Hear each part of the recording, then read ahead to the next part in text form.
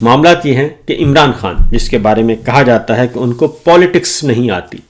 اور کہا گیا کہ یہ تو بالکل ایک کھلاڑی ہے اور اس کو کیا پتہ سیاست کا، سیاست کی الف بے کا، یہ تو ایک کھلنڈرا سا کھلاڑی ہے، پلے بوائے ہے، اور نرم و نازک برگر فیملی اور ممی ڈیڈی گروپ اس کو تو سمجھ ہی نہیں آتی، اور جب اس پہ تلوار چلے گی اسٹیبلشمنٹ کی، طاقت کی، قانون کی، فسطائیت کی، تو یہ تو چند سیکنڈ میں ڈھیر ہو جائے گا، اور 24 گھنٹے سے تو بہت مشکل بات ہے، 48 گھنٹے کے اندر اندر یہ معاملہ طے کر لے گا،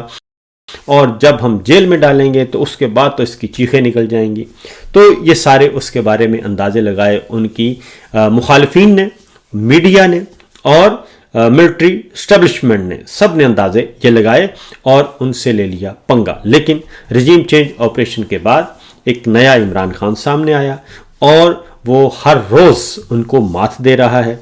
اور ان سے 100 قدم آگے کا سوچتا ہے۔ یہ جو بات آج سوچ رہے ہوتے ہیں، اس سے وہ 100 دن پہلے یہ فیصلہ کر چکا ہوتا ہے کہ 100 دن کے بعد ان کے کیا ہونے ہیں، کیا شاطرانہ قسم کی چالیں ہونی ہیں، کیا سیاسی چالیں چلیں گے۔ وہ 100 دن پہلے اس کو بھانپ لیتا ہے اور اس کے اکارڈنگلی اپنے کارڈز شو کرنا شروع کر دیتا ہے۔ اب آ رہی ہے 27ویں ترمیم، کیونکہ یہ تمہید اس لیے میں نے باندھی کیونکہ اس تمہید میں ہی ساری کی ساری خبریں موجود ہیں۔ 27ویں ترمیم کا شروع ہو چکا ہے، اور اب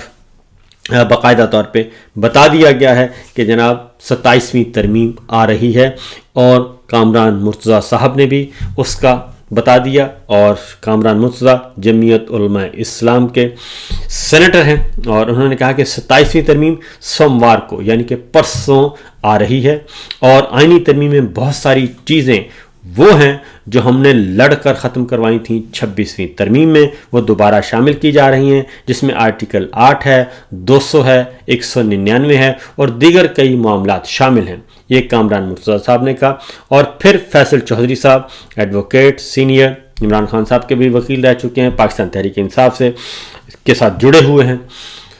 وہ بھی یہ کہتے ہیں کہ 27ویں ترمیم آ رہی ہے، اور 27ویں ترمیم سوموار کو ٹیبل کی جا رہی ہے، اور اس کے بعد پھر کام شروع ہو جائے گا۔